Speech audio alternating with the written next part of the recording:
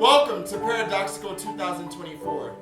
I am Kunta, the leader of the Woke Melange, and we are located here at the MKN Cultural Arts Center in North Hollywood, California, on land formerly owned by Tongva and Gabrielino people. Please, we ask that you mute your cell phones as we prepare a time capsule of events of 2022 and 2023.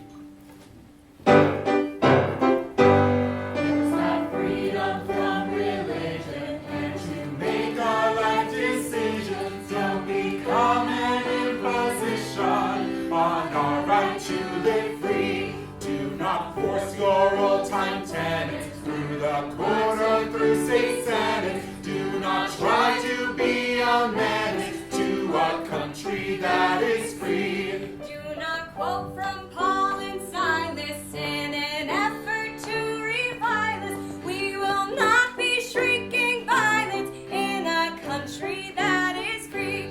It was practiced by some mothers and some fathers and some brothers, but it may be wrong for others, so don't push it on me. Give us that freedom from religion and to make our life decisions. Don't become an imposition on our right to live free. If you love everybody and you claim to be godly, then controlling us is hardly a righteous way to be. Give us that freedom from religion. You have no right of rescission. I don't want your permission to do what's right for me. And if scripture is your creed and misogyny's your need, it's time for you to heed that our rights are guaranteed. When religion leads to slavery and other things unsavory, speak up with all your bravery and make sure we stay free. Do not let the far right cheat us with the way they view our fetus. It's the way they try to beat us into mass passivity. Give us that freedom from religion and to make our life's decisions. Don't become an imposition on our right to live free. Our right to be free.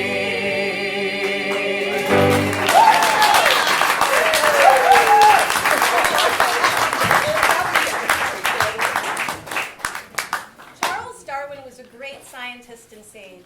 He dared to question the long-entrenched practice of groups of people relying on faith, mythology, the promise of eternal life in heaven, and fear of damnation to hell to influence their choices.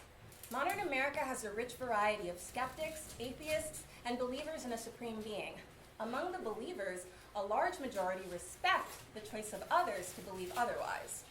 Unfortunately, as shown in our first parody, a paradox lies at our feet. How do we effectively deal with powerful people who use their religious beliefs and practices as a weapon against others? Her body was lost to the notion that women no longer are free. She now must direct her devotion to a modern-day Simon Legree. Bring back a recently lost liberty. Let's not go back to legal misogyny. Proclivities brought them together, though they weren't a he and a she. Now the argues are arguing whether to prosecute LGBT. Bring back the America that we must save.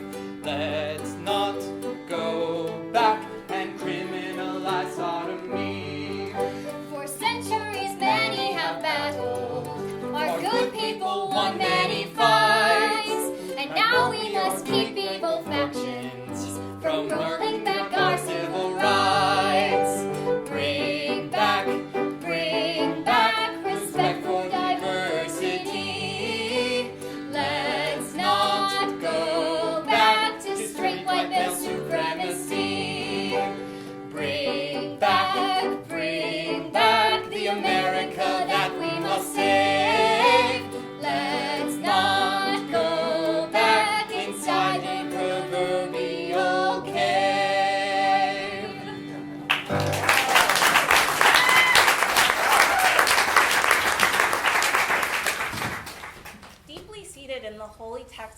religions, one can find slavery, superiority of man over woman, and justified public murder.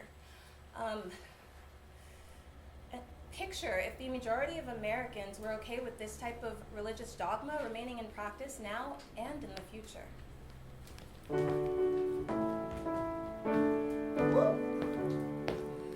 Oh, I come from Alabama with a baby on my knee. I didn't want no baby, but it wasn't up to me. My state now owns my privacy, and I still can't reckon why. But the law in Alabama says give birth, then sit and cry. Alabama, you don't give rights to me. It's 5 years in the slammer or a baby on my knee. I had a dream the other night when everything was still, that my son will blame me for his life and he will steal and kill. After living life in misery, they'll catch him by and by, and the good folk in our blessed state will sentence him to die. Alabama, you don't give rights to me. It's 5 years in the slammer or a baby on the knee.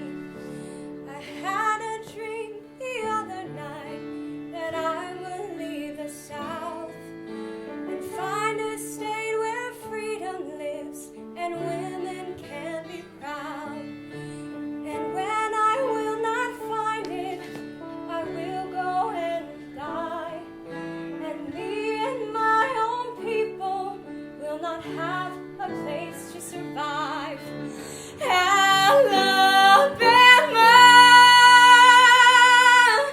you don't give rights to me. It's 5 years in the slammer or a baby on my knee.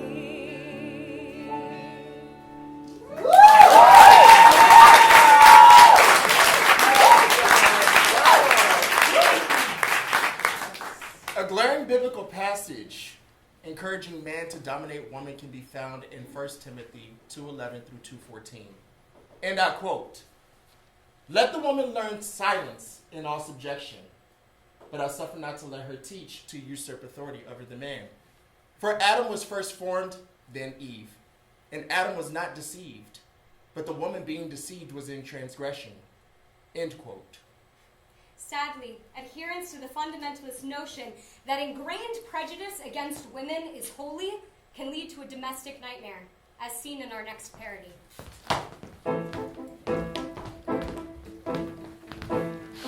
Yes, I own you. You are not one of the good old boys, so I own you. Women are subject to our ploys. I will tell you what to do. I will tell you what to say. And when I'm instructing you, I'll show you how to pray. The law says I own you. You no longer have any choice. Thanks to Neil, Brett, and Amy, I am in charge of your voice. I rule, and I love to be cruel. You're mine, and this power is fine. Behave, because now you're my slave. Submit, or you're gonna get hit. It's no matter that you're young, or that yesterday you used to be free. Today the court wisely restored my superiority, and now you'll do what I tell you to do, and now you'll say what I want you to say. You'll share all my hate and rage for anyone who's black or gay. Because I own you, you're not entitled to any choice. Because I own you, I am in charge of your voice. You're my chattel. I own you as if you were a chair. Don't do battle.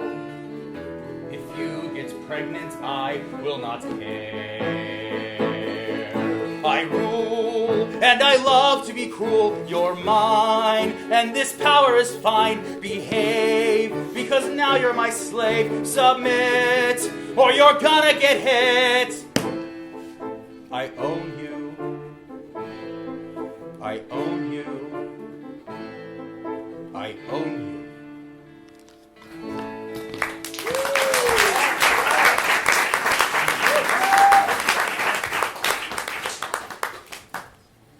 After so many years of progress in granting civil rights and freedoms to all Americans, would the majority of people just sit back and quietly accept their rights being taken away as a new direction? Absolutely not, even in historically conservative Kansas.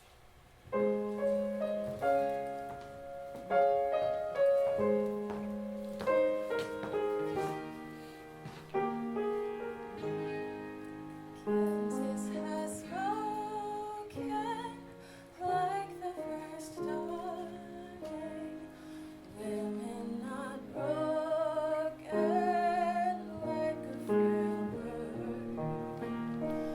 Praise for the voting tallied this morning. America's noting what had to be.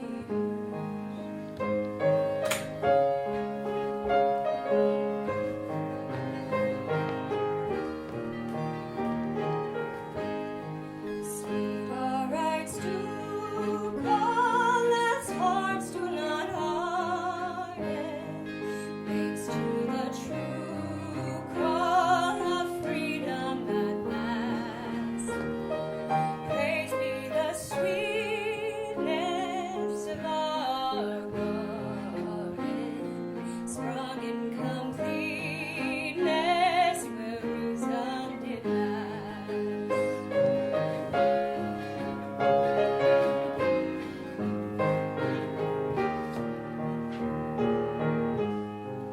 Mine is the sunlight, the Christian Sharia, born of the inside, the voters of faith. By not embracing the God of Scalia, we're not disgracing the dawn of this day.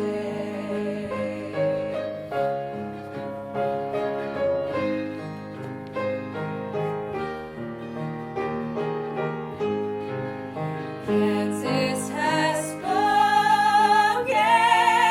like the first dawning, women not broken like a frail bird,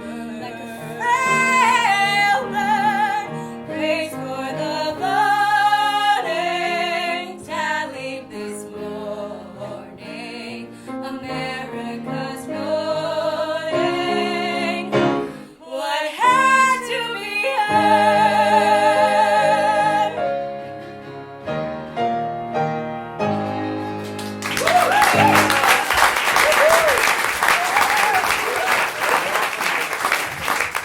During these paradoxical times, women, minorities, members of the LGBTQIA+ communities, mixed-race couples, immigrants, and many people who support freedom and civil rights for all Americans need to act.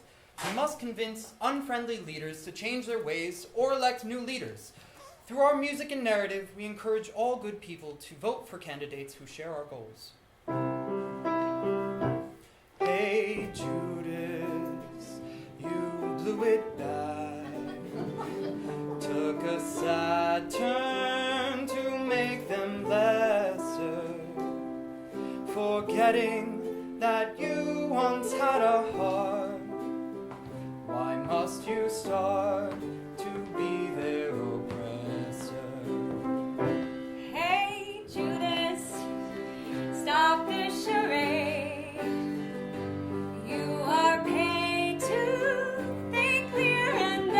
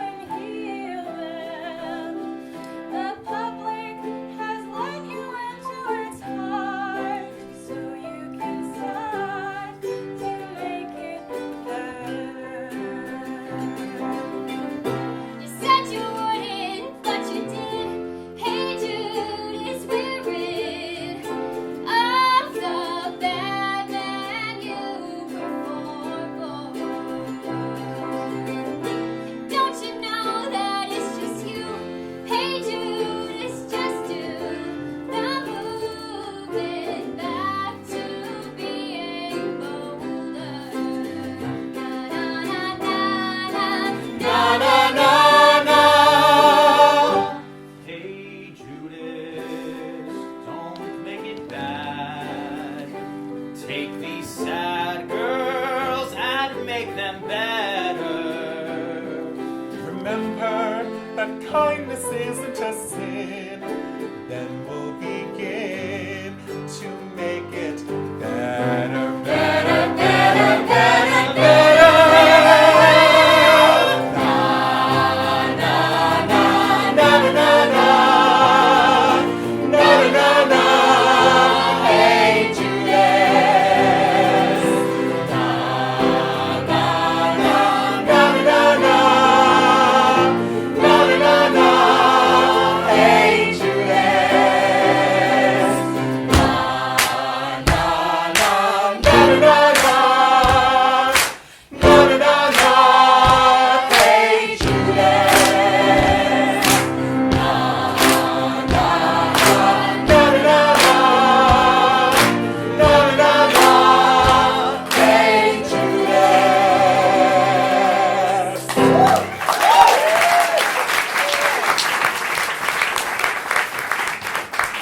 Near the end of the George W. Bush presidency, Barack Obama got the Democratic Party nomination and vowed to help the economy for all Americans. I'd like to build a great campaign and furnish it with mud, with rotten trees and killer bees and my opponent's blood. I'd like to see the barbs and lies go hand in hand in hand, with ugly shouts and grievous doubts and fear throughout the land. It's the mud I sling. It's the mud I sling. In the world of today. In the world of today. It's a tool that helps me get my That helps me get my way. The cure is say be positive, but that is for the birds. my goals go high and shine that high, just my opponent's words. So I will put down everything that my opponent is. Too soft and hard, too green, too smart. His hair has too much frizz. It's the mud I sling. It's the mud I In sling. the world of today. In the world of today. A tool that helps me get my way.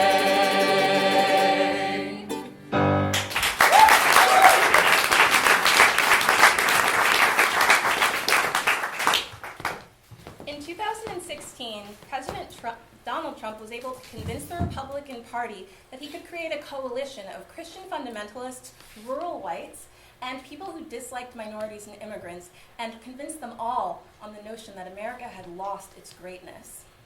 The bullying was loud during the primaries and got even louder during the race. Trump prevailed in the Electoral College and spent the rest of his presidency trying to push his personal prejudice into law. After he ran for re-election in 2020, he was defeated. And still he claims that he lost the election. It was stolen from him.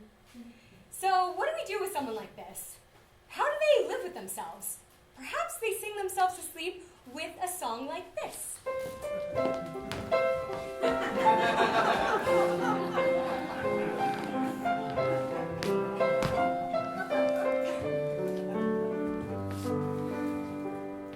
I'm dreaming of a white country, just like the one I used to know, with the other races accept their places and let Caucasians run the show. I'm screaming for a white country where we can move it further right. May the others wallow in blight, and may all good neighborhoods be white. I'm dreaming of a white country, just like the one I used to know, with the non-straights hated, not tolerated, with safe same-sex marriage is no-go.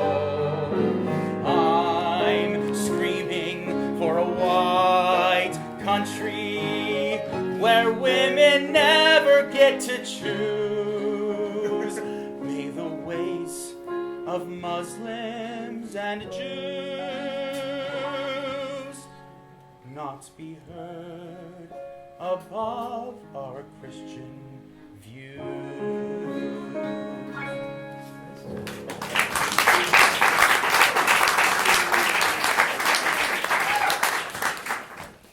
After losing his re-election bid in 2020, a gang of Donald Trump supporters tried to seize the Capitol to kill Vice President Pence to stop him from certifying the election of President Joe Biden. At present, there is a committee investigating Donald Trump's role in supporting and organizing the coup attempt on January 6, 2021. They're rioting in Washington. They're acting insane. From Idaho to Florida, they've come to raise Cain. The alt-right is festering with unhappy thugs, believing everybody else should be squashed like bugs. They claim we loved Hugo Chavez and old Fidel, And they think we all should go to hell. but we can't be thankful for boys who are proud, for they were egged on by a big toxic cloud. And we can be certain that one lovely day their king will give the orders to blow us all away. They're rioting in Washington. They're laughing in Iran. What COVID didn't do to us, maybe drive by an uncertain man.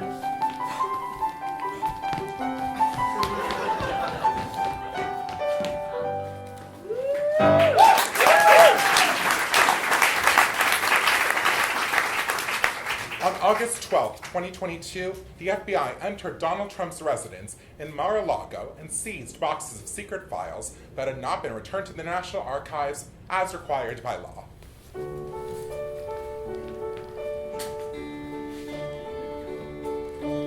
Once I had some secret files. I chose to bring them home to me. All too soon these secret files became a liability. So I told the DOJ the way that the schemers often do, just how out of line they are, and why my Teflon will hold true. Yes, I'll shout it from the highest hills. Any fault here must be Joe's or Jill's. At least my toadies know the score, and my secret files can't hurt me anymore. Yes, I'll shout it from the bars and mills, even if there are some righteous kills, and just by thinking that it's real, my files are now declassified. No big deal.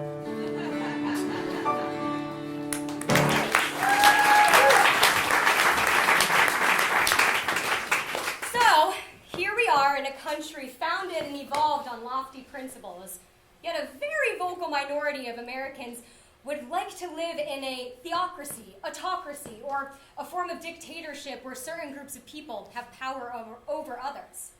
Let's let these so-called MAGA supporters know that we belong in an America of freedom, justice, liberty, and democracy. Can we move forward, reverse the damage that's been done to the issue of a woman's right to choose, and not allow 4 or 5 justices of the Supreme Court to revoke others' rights? Yes, we can, and yes, we should. Work together today to vote for leaders who will fight for what we believe in and who will work within the law to accomplish it.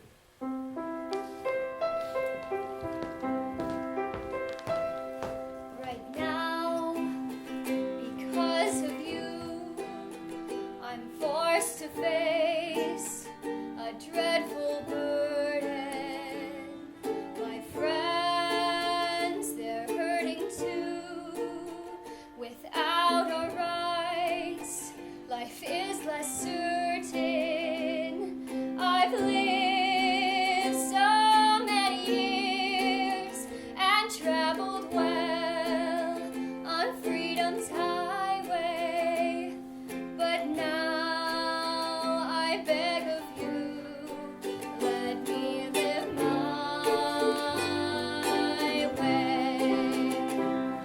Regrets I cannot do to go along With bad intentions, the kindness bothers you. I've seen it through without exceptions. I planned each selfless course, each helping step along the byway. I must restore my rights. Your way's not my way. Yes, there were times, I'm sure you knew, when civil rights got popular and grew. But through it all, you had your doubts, and under Trump, you tossed it out. You heard his call and bought it all. Now his way's your way. I've loved what you decried, so now I must reverse this losing. With ethics on my side, it's time to end this heartless bruising.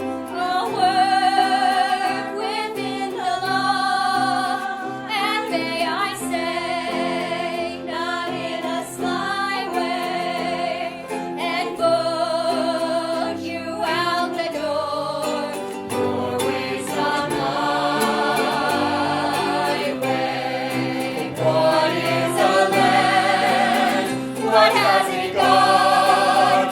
If not a voice, then it has not the visions of the folks who feel, and of the words of those who kneel.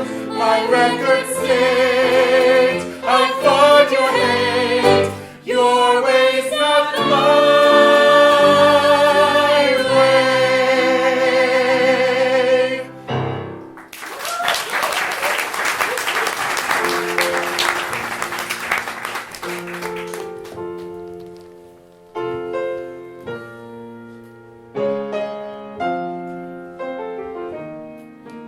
Good's been alive forever, and I want it to last long.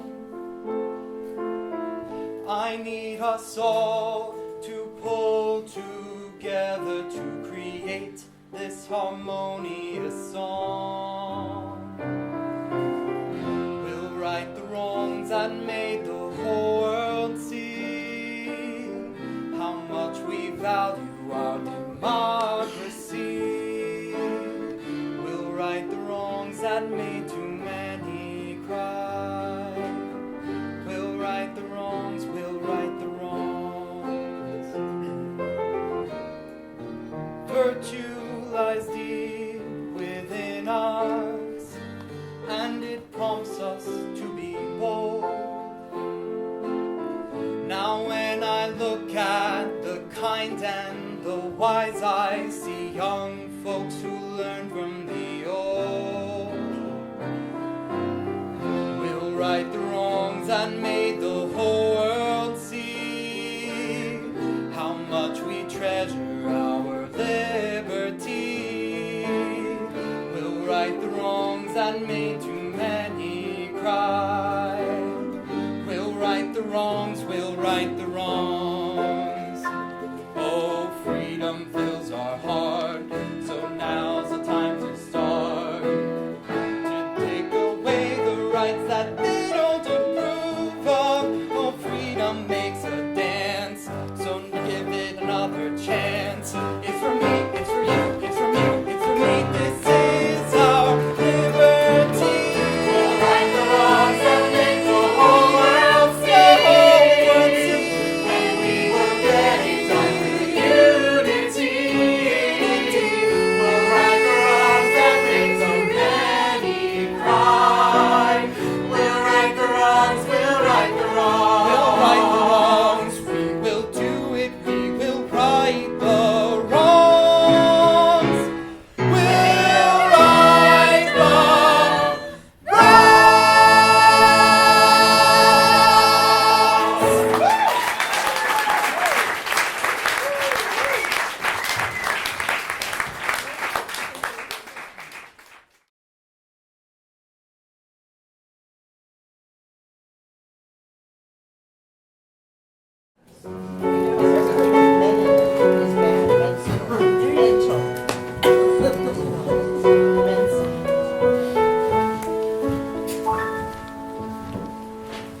The time is May of 2023. Racism reared its ugly head in the form of a leaked tape of 3 Los Angeles City Council members and a union leader for the purpose of redistricting to increase Latino representation.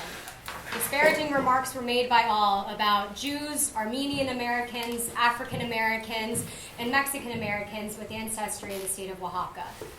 The union leader and 2 of the city council members resigned, whereas the remaining council member will most likely face a recall election. Los Angeles is home to many people, and it's known for its diversity. But, it's also been made clear by news reports and letters to the editor of Los Angeles Times that type of behavior would not be tolerated by a majority of the Angelinos who love and respect their chosen place to live. Nor should it be tolerated anywhere else in America.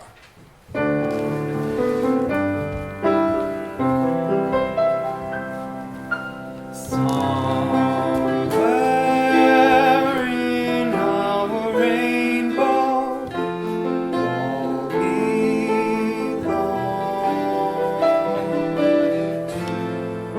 all belong to our beautiful city that sings a united song. Somewhere in our rainbow we'll find you. In our city of angels, we'll let your dreams come true. Someday we'll wash away the scars and leave the words of hatred far behind us.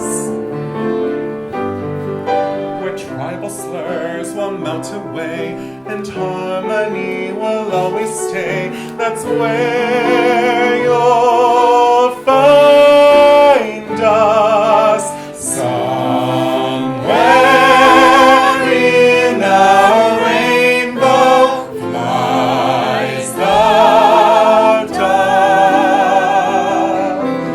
Let's restore our rainbow with acts of peace and love. If people love diversity, make up our rainbow, why not let it be?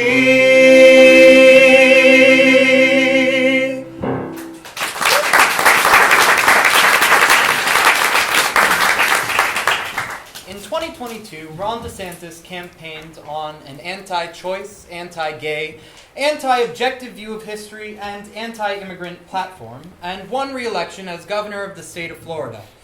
His victory speech was filled with statements decrying people who are, quote-unquote, woke, a euphemism for awareness of bigotry in the present and the past. Here's what Mr. DeSantis said. We reject woke ideology. We fight the woke in the legislature. We fight the woke in the schools. We fight the woke in the corporations.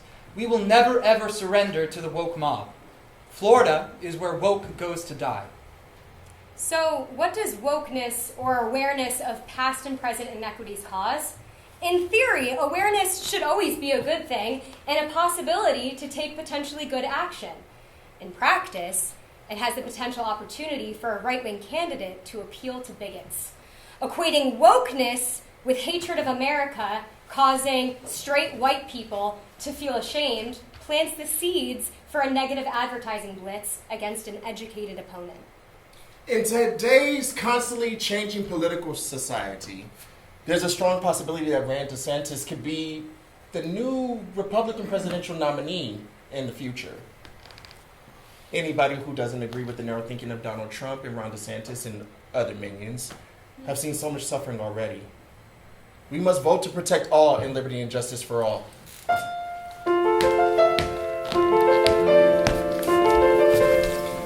You're never to say gay in my state. You're never to say gay when you are here. For here in this moment I can hurt you fast and press our government to stop your ways at last. I'll never welcome you in my heaven. And speaking for my peers, I'll make it clear. Perhaps you'll learn straight love you spurn by praying every day. Our views may never meet again, so then you better not say gay. You're never to say woke in my state. That word just makes me choke and stings my ear. For we in the Sunshine State adore our past, and we regret that our Jim Crow laws did not last. My messaging is straight from heaven, and I will pass it on through every school. Perhaps my show of strength will grow from where it is today, and in 2 years I'll rule the woke throughout the USA.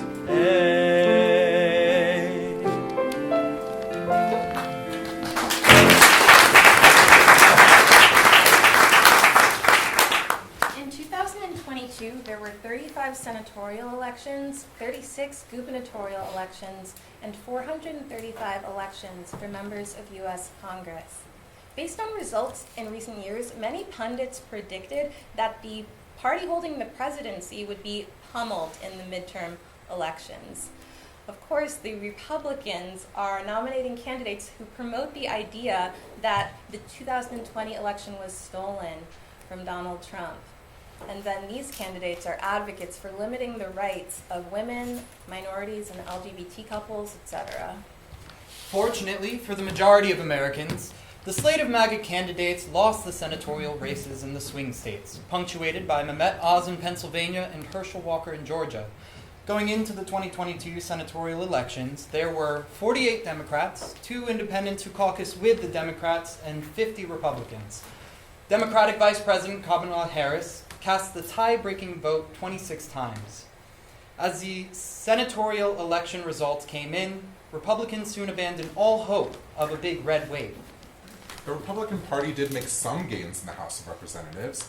As of the start of 2023, there are 222 Republicans, 212 Democrats, and 1 vacancy due to a death.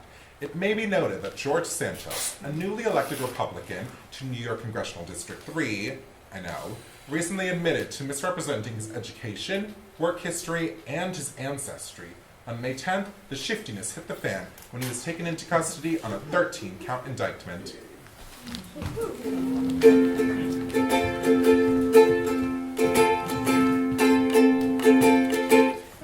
wave in the Senate, it wasn't to be. When Donald Trump's loved ones had toxicity, they failed in the swing states. The Senate stayed blue. Red waves never happened, thanks to voters like you. Right-wingers bring sorrow, they love to hurt us for sure. Our freedom's tomorrow, they'll be assailing no more. Red wave in the Senate, filled with many a hack. We didn't let it happen because we fought back. Right-wingers bring sorrow, they love to hurt us for sure. Start working tomorrow on 2024. Red wave in the Senate, we never did see. When all caring voters elect, expect, connect to stay free.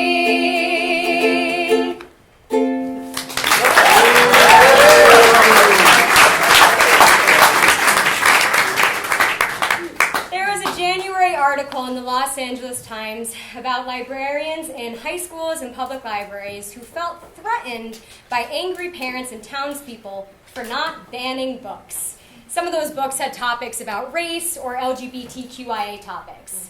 One high school librarian was quoted as saying, "These people wanting to ban books have a whole political machinery behind them and are just using books as proxies to attack people."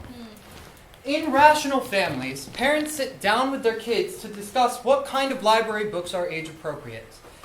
In some places, rational parents are being attacked by MAGA groups like Moms for Liberty or Mama Bears Rising. In Mecklenburg, North Carolina, a video posted by Moms for Liberty tells parents to beware of terms like social justice, diversity, and inclusion, inherently good things that are being used to disguise a biased political agenda. How dare people who want to ban books from the library infringe on the rights of other people to decide what books to choose to read?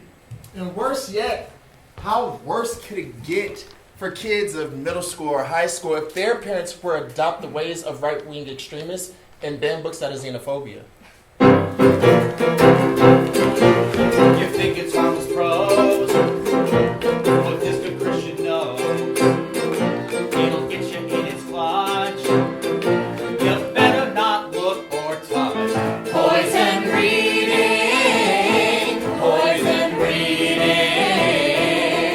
Anytime when you're thinking poison reading comes a singing around.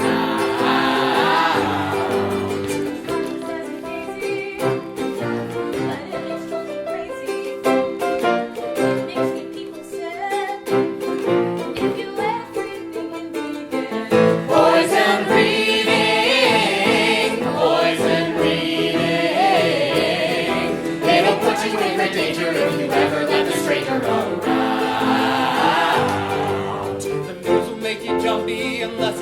is Trumpy and savory might make you wheeze and choke. An atheist will fool ya, you'll say no hallelujah. Yes, poison reading, Lord, might make you woke. You're gonna need an ocean of praying and devotion. Your brain may turn and sound if this toxic stuff is ever found. Poison reading, poison reading. Christmas won't be merry if there's a library around. The senators are commies, hate maggot dads and mommies, and everything that Biden says is fibs. The Dems are out to hurt ya, pervert ya, and convert ya. Poison reading Lord produces libs. You're gonna need a barrel of conservative apparel. You'll be tossed from sacred ground, and your future here with us will be drowned. Poison reading, poison reading. Anytime when you're thinking poison reading comes a singing around. Llama, llama, llama. Don't you read Obama? Ludu, ludu, ludu. Don't you eat your food? Lada, lada, lada. Don't turn on NPR. Lada, lada, dee. Grow up to think like me.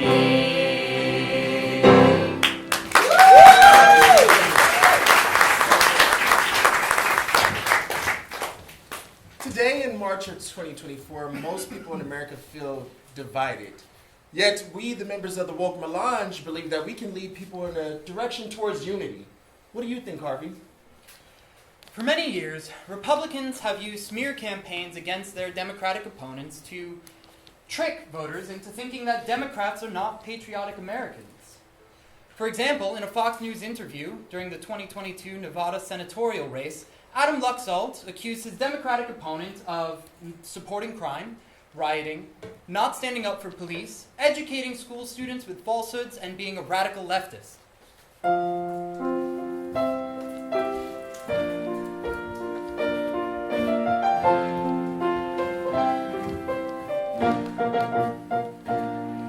When tomorrow comes, we'll cast our votes to keep our civil rights. We'll protect the Constitution and not suffer sleepless nights. We'll avoid repeated scarring of the land we love today from the Constitution haters who would toss it all away. We believe that in America, all people should be free to live a life of peace and love with a written guarantee. And we'll always stand up for 50 stars that let us thrive today. For the U stands for United in our USA.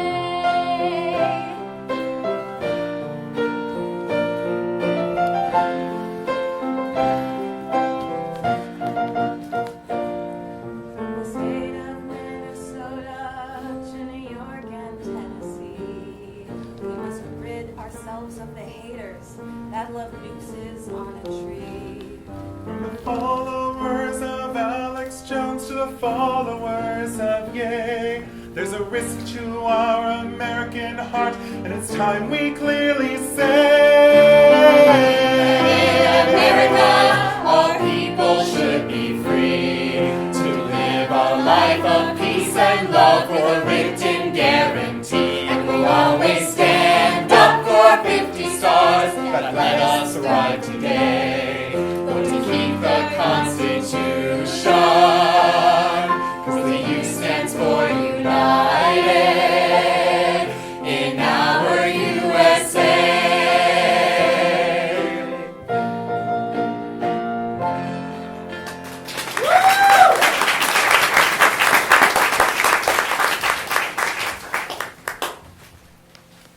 On December 9th, 2022, America cheered the prisoner exchange with Russia that brought WNBA star Brittany Griner home. That is, most but not all of America cheered. Tucker Carlson could not abide taking back a liberal black lesbian in exchange for a Russian arms dealer. The allowable, slightly diluted acid coming from Carlson's mouth seemed strong enough to disintegrate anything near it. Most likely, the acid in his brain was far more concentrated. Why do certain people expose themselves to the rantings of people like Carlson?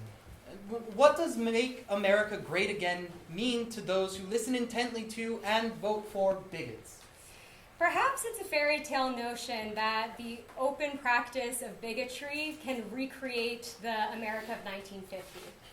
In that year, the total population was 151 million Americans, and people of color consisted of 15 million, 343,000 Native Americans, and 321,000 Asian and Pacific Islanders.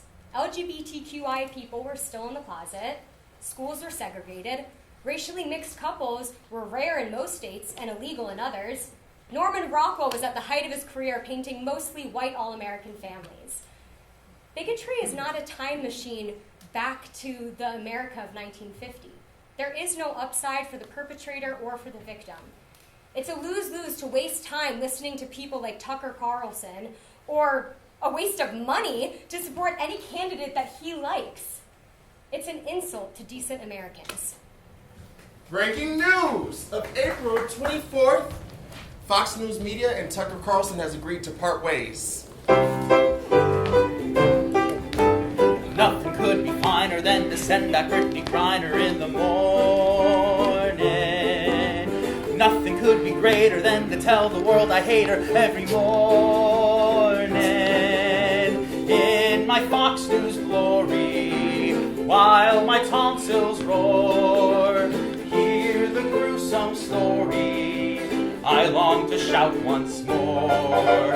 We traded for this girlie with the hair that's far too curly, it's forlorning. We should never clutter up America, now shut her up at dawning. If I had Joe Biden's job, here's what I'd say. We don't want her back because she's commie and gay. Nothing could be finer than if Putin takes back Reiner in the morning. In my Tucker glory, stomping on the floor.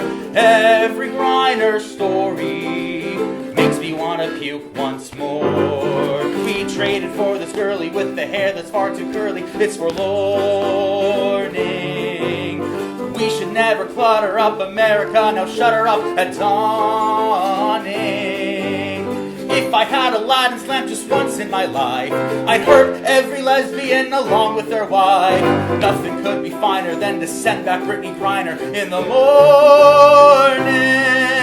Bye-bye, Tucker Carlson. So now I can't malign her no more, dissing Brittany Griner in the morning.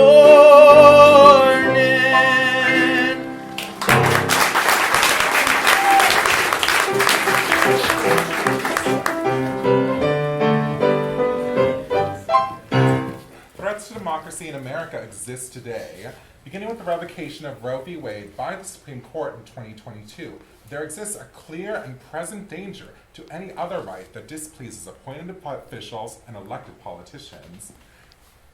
Currently, in 2023, and for many years, most American leaders have been a member of either the Democratic or Republican Party. How do our two major political parties stand regarding threats to democracy, civil rights, equality, and America's future as a constitutional republic?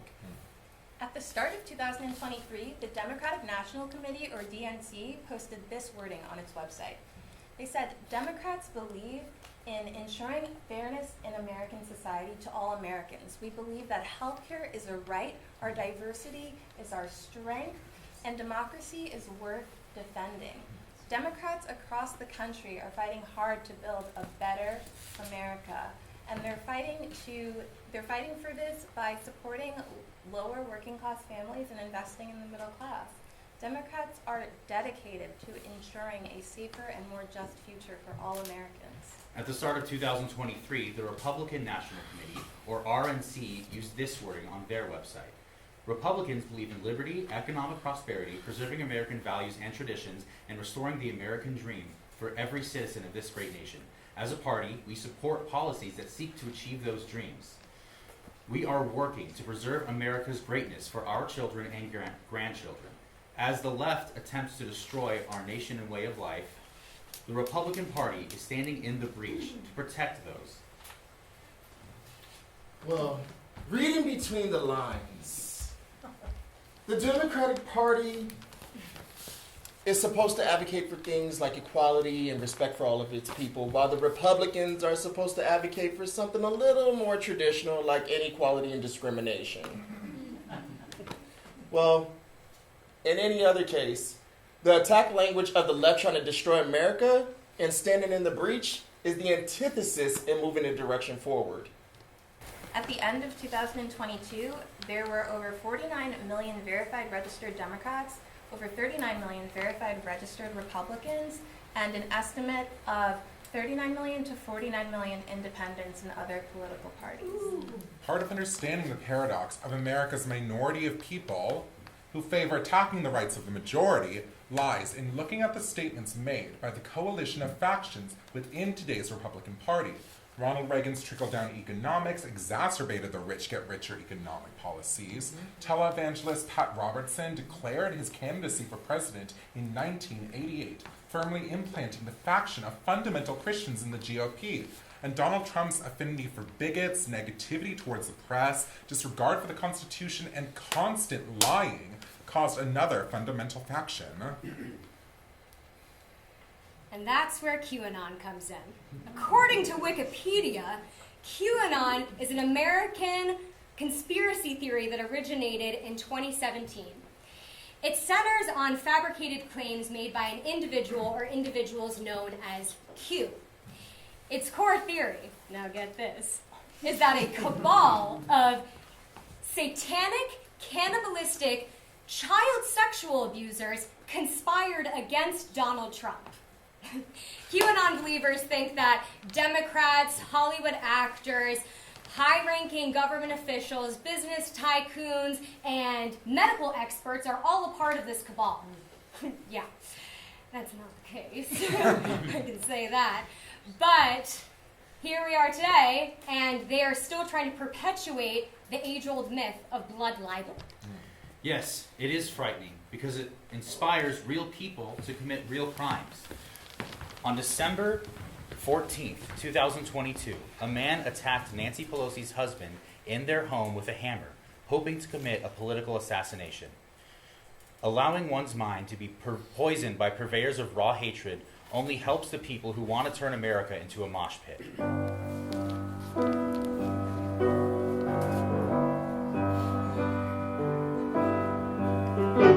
It had to be cute. Anon, it was you. I searched all around and finally found somebody who convinced me it's true that every Jew is greedy and bad. Now I am glad that I found you. Some others I've seen might try to act mean, or burn a cross, or cause a loss to a black man or two. But nobody else smiles at the thrill of showing folks it's okay to kill the mud people who are hated by you. It had to be Q. I've learned much from Q. Anon, it was you who gave me the dire need for pure ire against the conspiring of the blue congressmen who want to destroy white people's joy with the lies that they spew. They're after your cash. They just want to trash the American way and let immigrants stay, and not just a few. For nobody else gave me the will to join the assault on Capitol Hill. Yes, I'll get parole, and when I get parole, I'll be faithful to Q.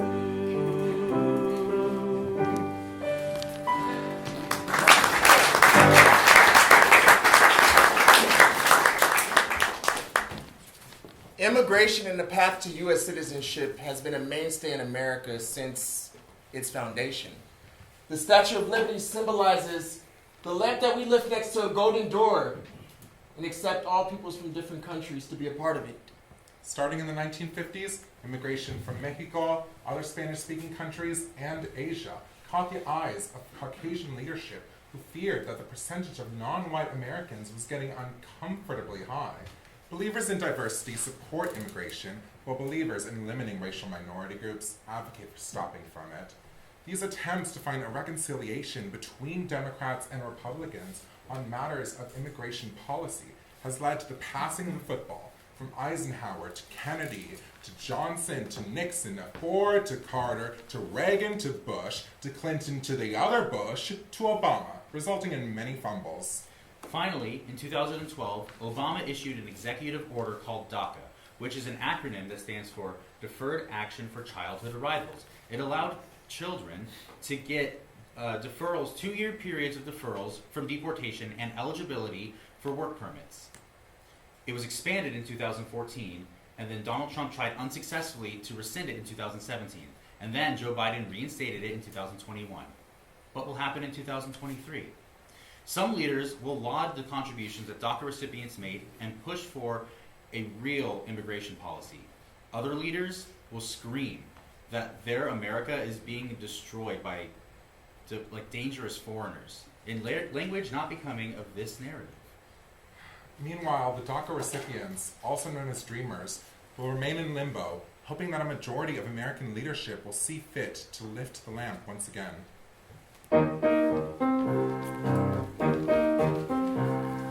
Working from the morning sun, in the office till my workday is done, controlling all the funds that come in, always knowing where the money has been.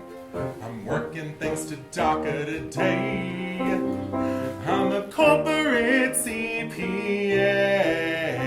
I'm a dreamer in the USA, using my time. My parents left my home in Chiapas, gave birth to me in Mission Bay. Now I have much more to live for, as long as Uncle Sam lets me stay. So I'm working hard because of DACA, with good earnings coming my way. I'm a dreamer in the USA, using my time. Although MAGA wants to change it, smart voters let it remain. Good people can respect what I do and help our dreamers remain the same. Yes, I'll work to keep the company sound, thanks to the respect that I found. 2,000 miles I won't roam, because Mexico is not my home.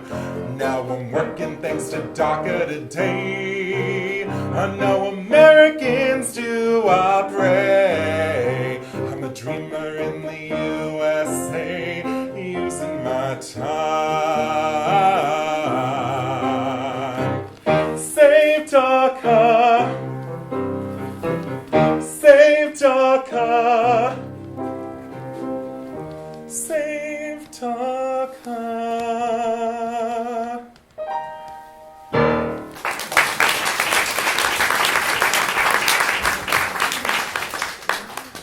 The United States and other countries have signed the 1951 Refugee Convention, granting people the access to seek asylum. In recent years, many people have been accepted to the U.S. Over 75,000 under President Obama, less than 25,000 under President Trump, and even less during the pandemic when Title 42 was implemented for health reasons. President Joe Biden is trying to lift Title 42, but he's facing opposition from opposing political leaders, including some members of the Supreme Court who are fighting him. So what is a refugee? A refugee is a human being who is looking to live a life that is untenable through no fault of his or her own. And an asylum seeker undergoes a vetting process just so that way they can make sure that he or she is eligible and does not pose any security risks. Unfortunately, the xenophobes who are looking to make America a lot less diverse can only see people who don't look and act like themselves.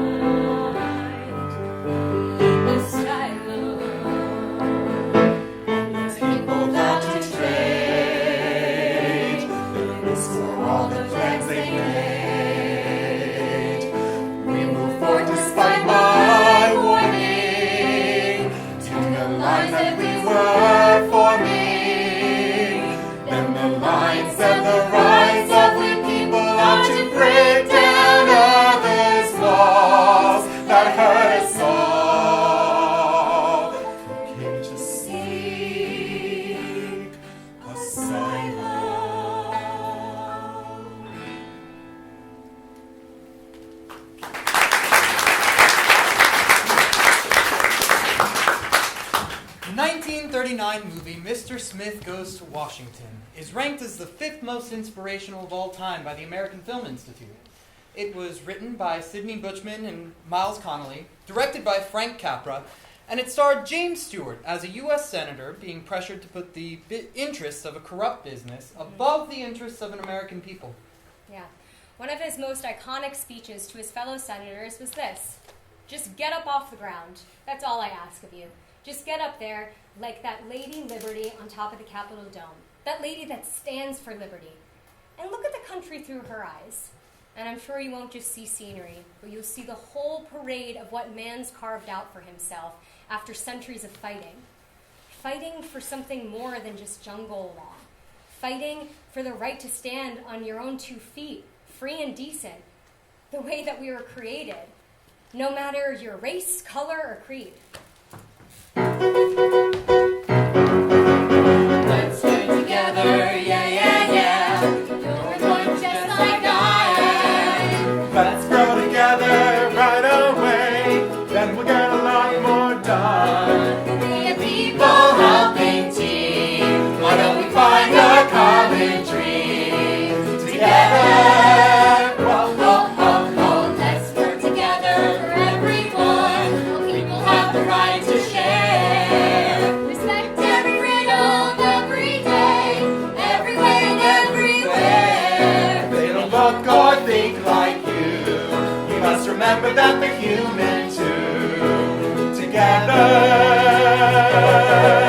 Our future would be swell. Oh, ring the Liberty Bell. We, the team of you and me, could not be any greater. Say hey, negotiator. Let's work together, yeah, yeah, yeah. Two is twice as nice as one. Let's work together right away, then we'll get a lot more done. Now the people on this list can do much more than just subsist. Let's work together! Oh, yes. People of every race. People of every religious belief or non-belief.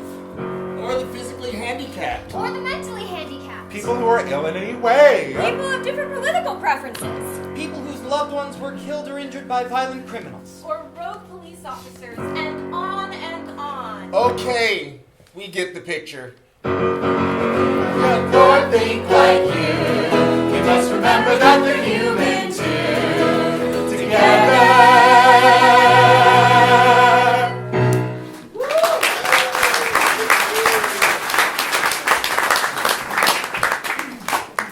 Are we members of the woke melange idealists asking for pie in the sky? I say no. Our issues are good. We've seen them work. And we strive to make life good for all Americans. Let's take a look at some of the voter polling issues in early 2003. Actual and factual education, clean energy, strong gun control, restoring a woman's right to choose.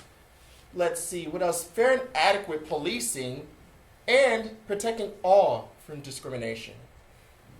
The Constitution and democracy? No argument here, except maybe from Donald Trump. Quality and factual education? Some say it's designed to make white kids feel guilty. Well, there's no guilt in knowing that some naive ancestors followed their ancestors in manifesting destiny and other justifications for taking power over others. We in the woke melange believe that we can move people in a more forward direction of unity. Healthcare? Never mind. That's that popular plan that the MAGA supporters wanted to destroy because it was started by a Democrat with the wrong skin tone. Social Security, another no-brainer. Clean energy? What'll happen to the miners and oil company workers? They'll need to find new employment. Stagecoach drivers, telephone operators, just to name a few. There's no stopping the advance of technology. Adequate and fair policing? Let's face it, everybody wants it. Even the ad executives who create attack ads against Democratic candidates accusing them of supporting crime. The right to vote for candidates supported, and cheaters want to undermine it. Gun control? Legislation efforts are dying almost as quickly as the victims. Well, for gun control, it'll eventually lead to either people compromising or getting voted out of office. It's sad that mass shootings will undoubtedly claim the lives of more innocent people before we get significant gun control. Is there any hope of restoring reproductive freedom through legislation? Well, we keep trying to remind anti-choice leaders that pushing their personal beliefs onto people is un-American, and it violates their rights to life, pursuit of happiness, and liberty. So, with all these issues, do you anticipate anything close to impossible? Well, if we work hard, as most Americans do, and with reason, then I anticipate some struggles, yes, but I also anticipate realistic expectations of success. Here's to our future. To reach our achievable dream, to leave the untenable low, to stop all the bearers of sorrow, and to run where the rest of us go. Right the avoidable wrongs, and to love humankind near and far. To try to convince all the leery to reach for the reachable star.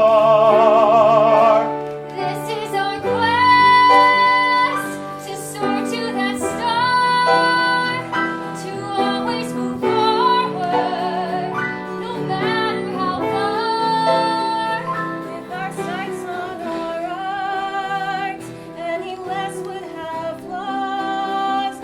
We will march to the Liberty Bell and DC for our cause. And I know if we hold fast and true to this most vital quest,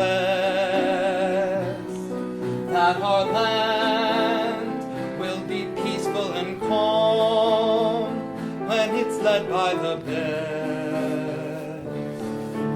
And the world will be looking at this, that one land, storm and conquer its cause, still rose into people with courage to reach the most reachable, the free speechable, and the teachable star.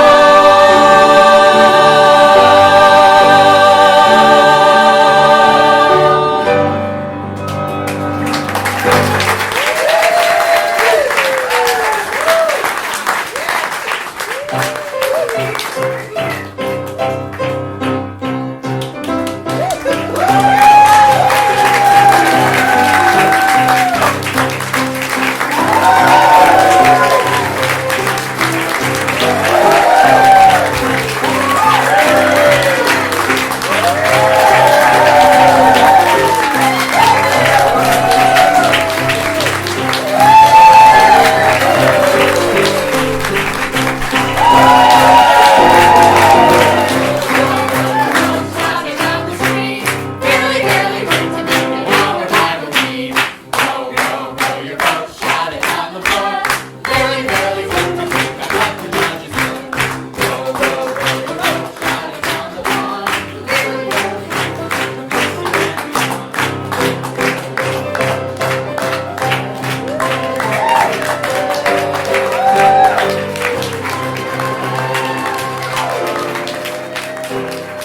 the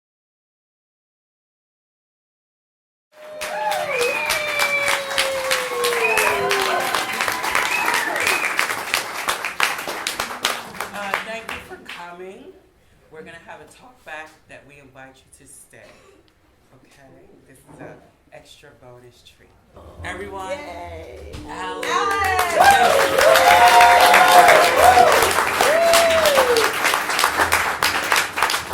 Well, this is a Q&A, so let's hear the Q's and I'll try to give you some A's. And I'm the director, Cece Swasso. Q&A could be for either me or for Cece. The cast is going to join us. They just went back to their dressing areas to put on their clothing. Okay, Does anyone Linnea? have a question? So how did you two find each other and get this show on the road? The story is, I find it comical because I feel like Alan stole me. So Alan, a theater company approached me to direct Once on This Island, their spring musical, and Alan sits on their board. And they were introducing me to the board members. And I just gave a little bit about my history. I'm from New York, by the way. I'm from the Broadway community. I've done Broadway shows, off-Broadway shows, regional theater, national tours. And I transitioned during the pandemic from an actress to a director because I was literally tired working for directors, right? I worked for many directors in this business. And so I'm an actors director. An actors director means that they're for the actors first and collaborating with the actors. Most directors, they just tell you where to stand, how to position yourself, right? And I'm not for that. I'm against that. And so Alan, I think I sent my email to the board members, and I got an email from Alan, and he said, hey, would you like to take a look at Parodoxical, right? And I was just like, well, what is a paradoxal? So I opened up the script, and I'm just very fascinated how Alan takes songs that's written in the 50s, 60s, and 70s and turns them into a parody. But the script is what attracted me most, because it's discussed about themes that, you know, sometimes we just don't talk about in our homes, right? That are important to us when we go to those voting polls and we're selecting those rightful people that's going to lead our country. So when I read that, I said, wow. And then Alan had these historical characters like Kunta Kinte, Harriet Tubman, Sojourner Truth, Ruth Bader Ginsburg, Harvey Milk, John Wilkes, Ignacio, Zagora. And I just said, wow, you're bringing them back into 2024 to discuss these politics and how the world climates have changed over the years. So that's how I got attached to the project. I've been working with Alan for 8 months, since last year. He's had me locked for 8 months, which has been a ride. And thank you, Alan. Oh, you're very welcome. From the bottom of my heart, thank you. Yes, and thank you. It takes teamwork. You need an author, you need a producer, you need a director, you need a cast, and you need some great musicians.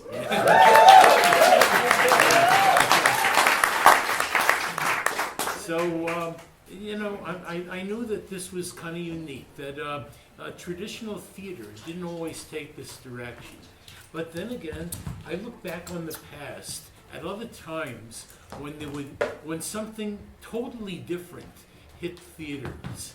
I've always been a fan of Hair, which was it was a groundbreaking endeavor, and something like Rent was very much groundbreaking. And anyway, I figured, you know, it's time. I was inspired by Capital Steps, which was a group that did political parodies, but not telling the story. It was, I've liked the people who do them nowadays, Randy Rainbow, and well, for instance, Roy Zimmerman goes on tour and sings these wonderful songs. Some are original, some are parodies based on other people's melodies. And anyway, as soon as I heard the first rumors that there might be Roe versus Wade being reversed, that started me writing. And I couldn't understand why, with all the progress that America has made, that we have to go back and take away people's rights. And not only that, I was really concerned that so many other rights might disappear. So I was very motivated by my own, I guess, way of seeing what is appropriate in this country. So anyway, I just that inspired me. But and we have two people in the audience, Nomi and Chris, who were instrumental in getting Parodoxical on its first stage in a much smaller concert type of thing.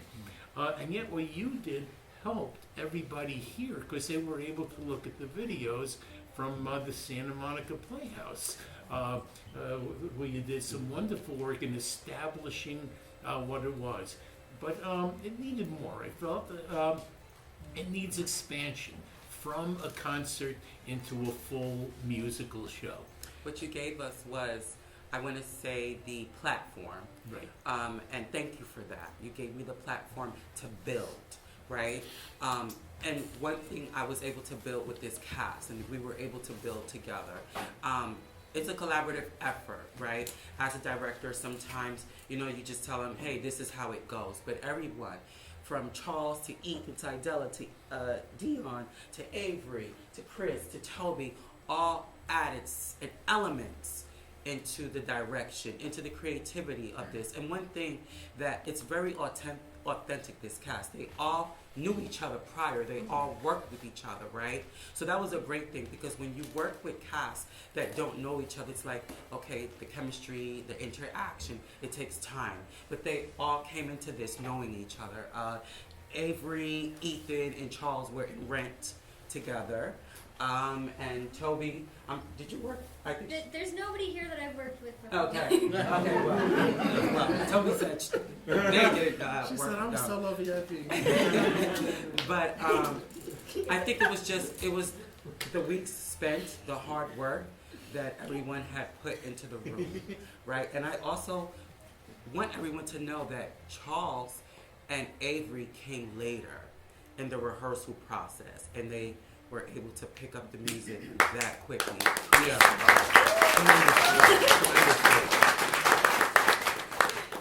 Was this cast part of a repertory theater, or a corps of some? Or You guys how want to did answer? all these people come together for Auditions. Yeah. At auditions. Many auditions, Yeah, extensive auditions. We And had auditions to where they came in auditions prepared. And I like actors that come prepared, that give me a show. I don't like when actors just come into an audition and they just do the material. It's fine to do the material, their material, and then we give them the material, right? But these actors were coming into the auditions and they were giving you show-stopping numbers, where I said to myself, I want more. And I think my more was throwing books at them, papers, shoes, and telling them, get out of my audition room. How dare you come in here singing like that? And that's a good thing when you throw your shoes at singers, right? yeah, there were many of these theatrical traditions that I learned from Cece. Yeah. Very often, when you write, even if you're producing as well, you don't get to see, some of these kind of experiences, and it was just good. We try to put our village together, and I'm glad that it came together. And so happy that you all were able to make it and see the next step in the growth of Parodoxical. So what's next, Alan? What's next? 25. Okay. Well, what's next is once we have the videotapes here, then we'll have more tools to be able to share with the theatrical community, and possibly have the show grow into to wherever it grows. And if it's done in some community theaters, some LORT theaters, if you know what the term is, and you never know where it's going to go. But you have to keep things growing. I think it's a worthwhile concept.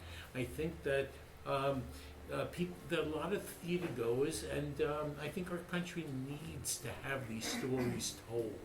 We need to look back at some of the people.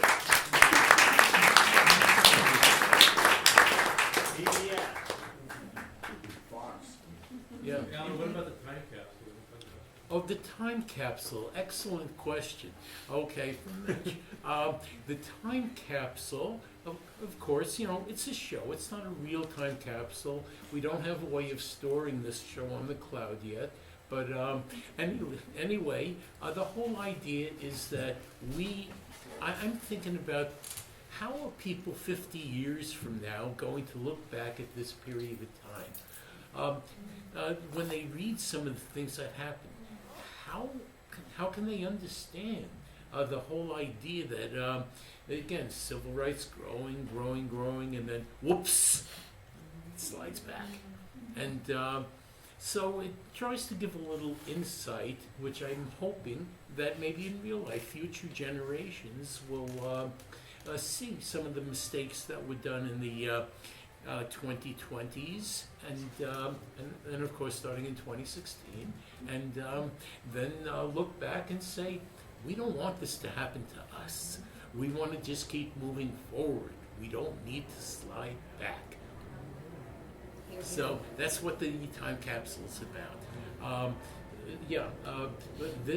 What's been happening now, a lot of people have a lot of anxiety about it, but it should serve as a lesson to people in the future about things that can get you into trouble.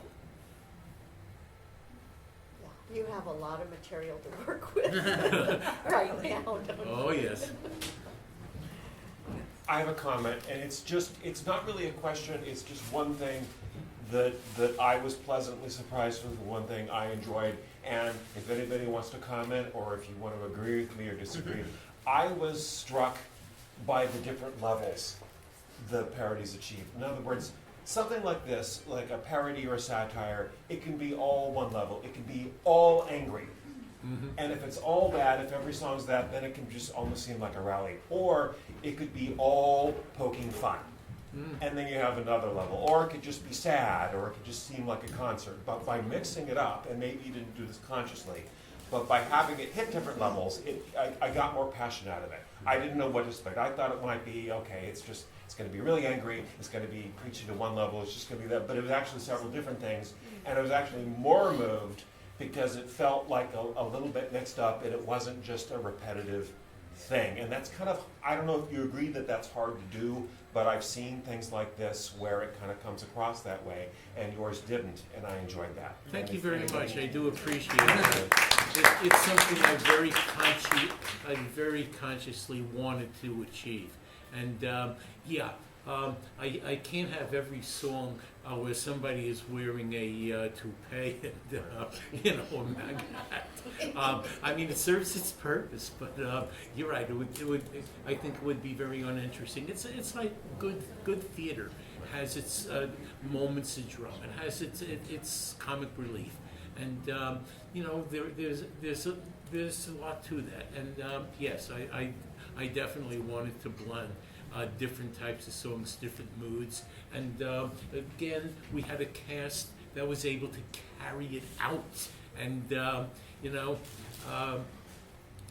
I had seen this before. I got to tell you that when we did, the first time we did it at Santa Monica Playhouse, Chris brought the house down with her sad song about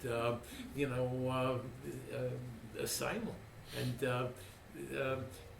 that made me realize, you need that. You need to have a variety of moods. Absolutely. Thanks for that. And I also wanted to give credit to our vocal arranger, Johnny Pearl. Oh.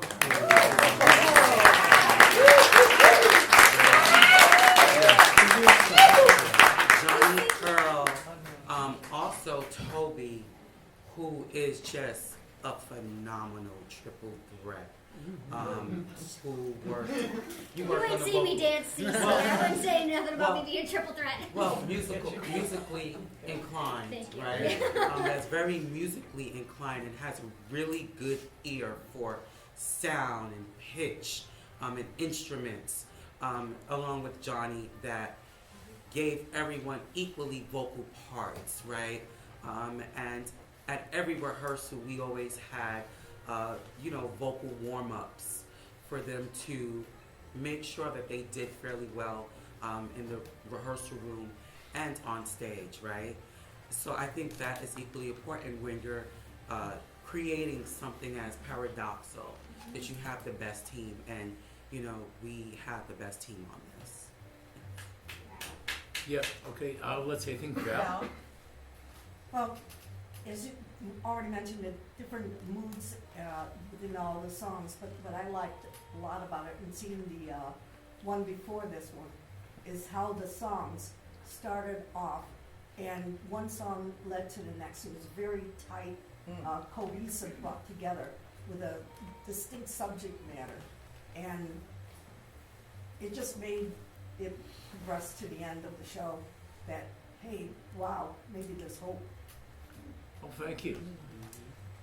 You know me? Well, I just want to say, well, at 60, I started taking singing lessons. I'm looking at these gorgeous young people who can sing like a dream. Have you been singing your entire lives? If only I'd started when I was 10 or something. No. What? No? No. I have. It shows. I wouldn't be where I am today without growing up in the church. I think the church is where a lot of people are introduced to the arts. We had an arts program. My mom got dragged into the choir. I wanted to be in the choir. Then I got into theater, and yeah, so I've been basically all my life. I think singing is something that anyone can learn. I started doing theater in high school, and like my first musical, I was horrible. What was your first show? It was, well, the first show that I had, it was Cinderella, and then I did Seussical, and I was Horton, and I could not sing on pitch, and so, you know, go through, you know, and I was very aware, but I loved singing, and I loved, like, sharing stories through songs, so I decided to, you know, try to learn, so I went to college, and I took music classes, ear training, voice training, and it was hard for me, because I feel like I was literally tone deaf, but I trained that mostly out of me. I still have issues with it, but it's definitely, like, if you just work on it, you will get it. Anyone can sing, anyone can learn how to match pitch. I did it. I literally had no idea. So I've always had a good ear. And Chris is definitely on pitch for this show. He has 6 solo numbers. That you Phenomenal.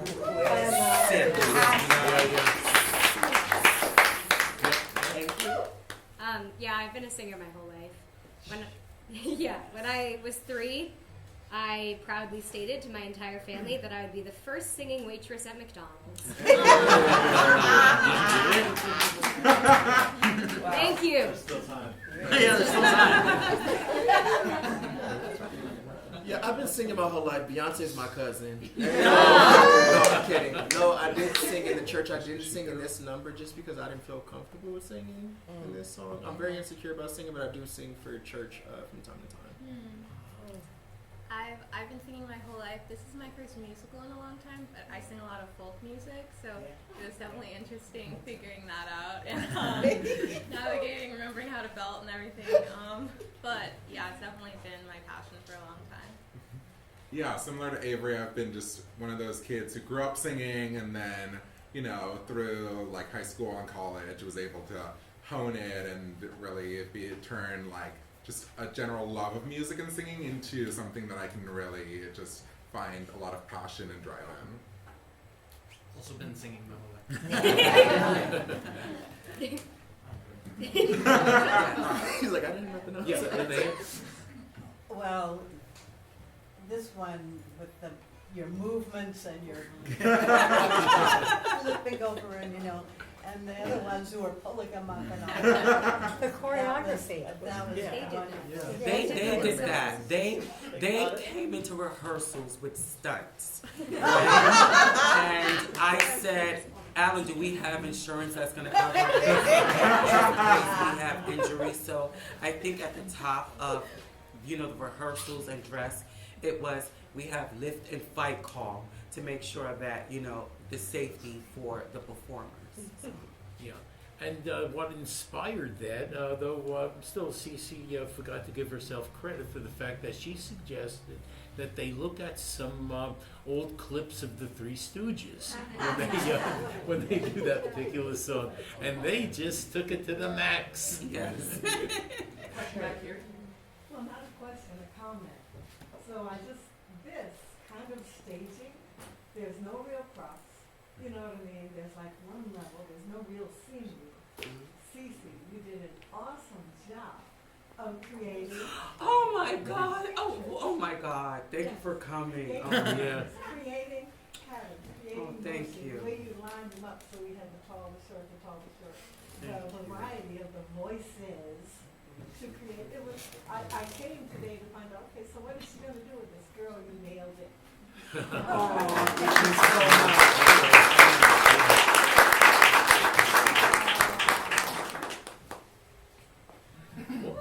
any other questions? Okay. Yeah. Yeah. Yes. Go ahead. Steve, call it out.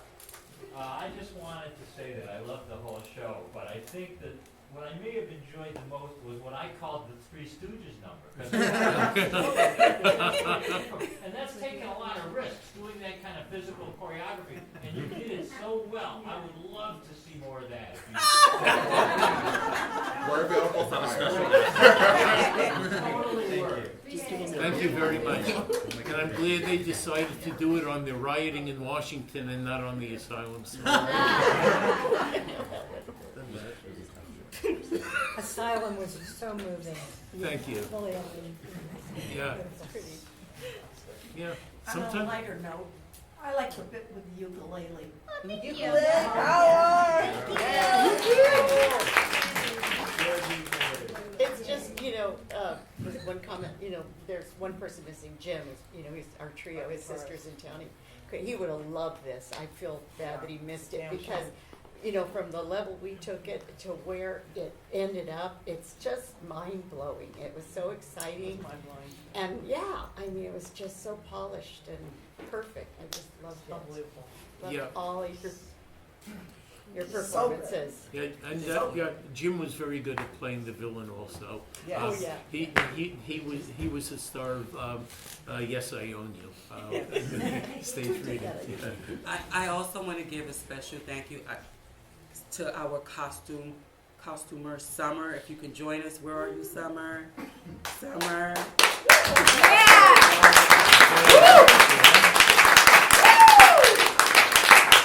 Summer is an upcoming fashion designer who will potentially and hopefully be going to FIT or Parsons in New York City in the fall.